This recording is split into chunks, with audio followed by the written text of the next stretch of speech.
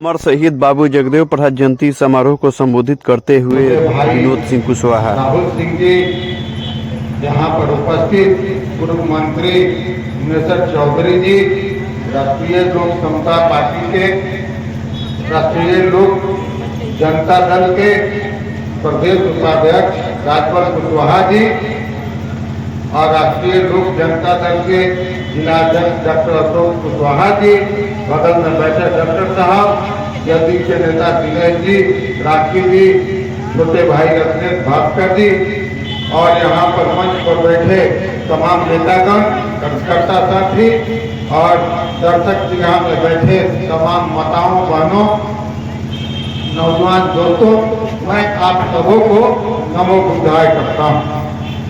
दोस्तों, आज हम लोग लगभग 11 बजे यहाँ पहुँच गए थे और उसके पहले हमारी माताएं बहनें यहाँ बैठी हुई थी।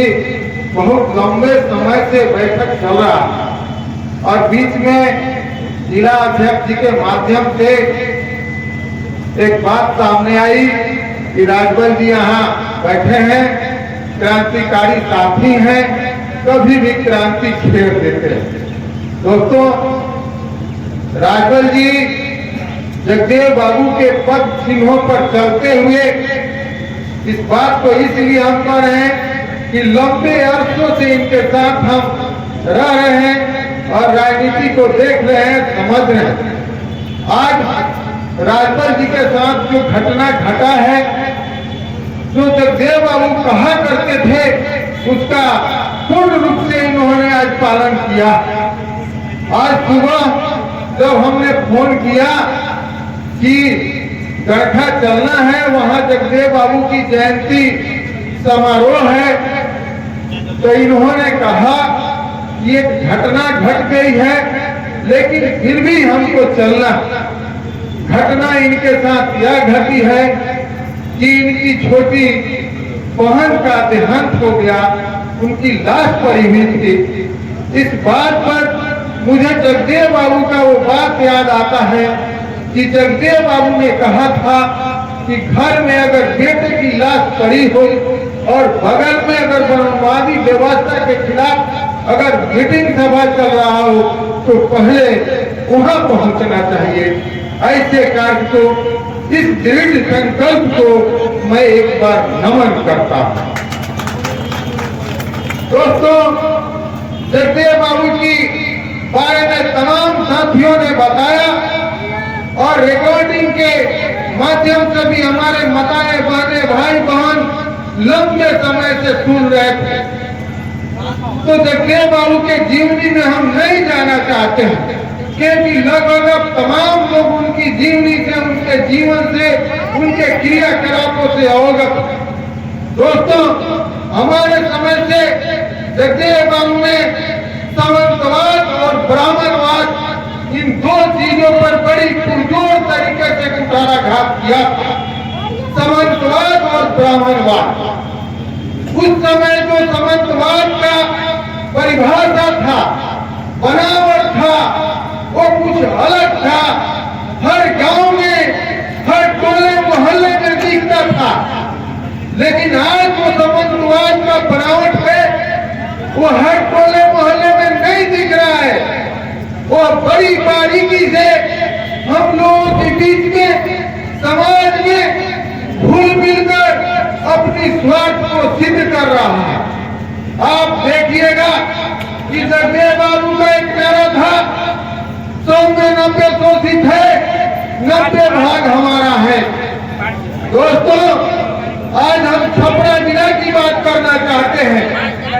जगदेव बाबू का जो नारा था, 90 भाग वाला जो नारा था, आज छपरा जिला में 10 विधानसभा है और जगदेव बाबू के नारे के हिसाब से यहाँ 9 विधानसभा पर पिछड़ों, दलितों, संख्यकों का राजपथ होना चाहिए।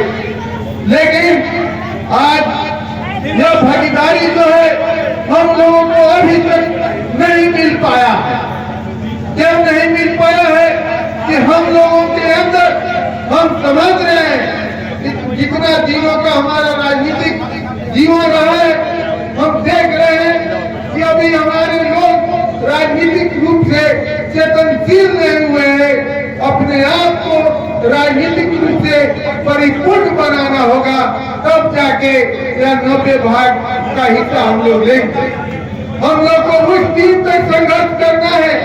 छपरा जिला के लोगों को जब 10 विधानसभा में कम से कम 9 सीट पर पिछड़ा अति पिछड़ा दलित का कब्जा होगा, उस दिन हम लोग जगदेव बाबू के सपने को साकार कर पाएंगे, अन्यथा नहीं कर पाएंगे।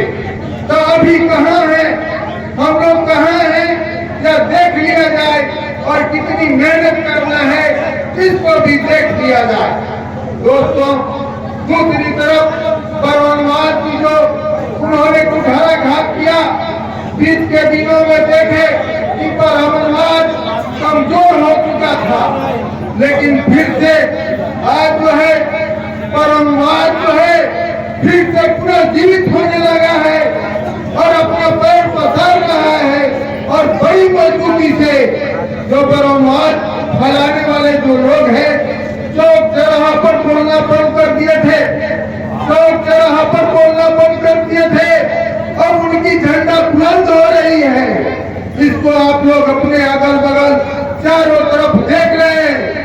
इसलिए आप तमाम लोगों से आग्रह है कि कौन नेता क्या बोल रहा है, कौन क्या कर रहा है, इसको आपको गंभीरता से देखना होगा।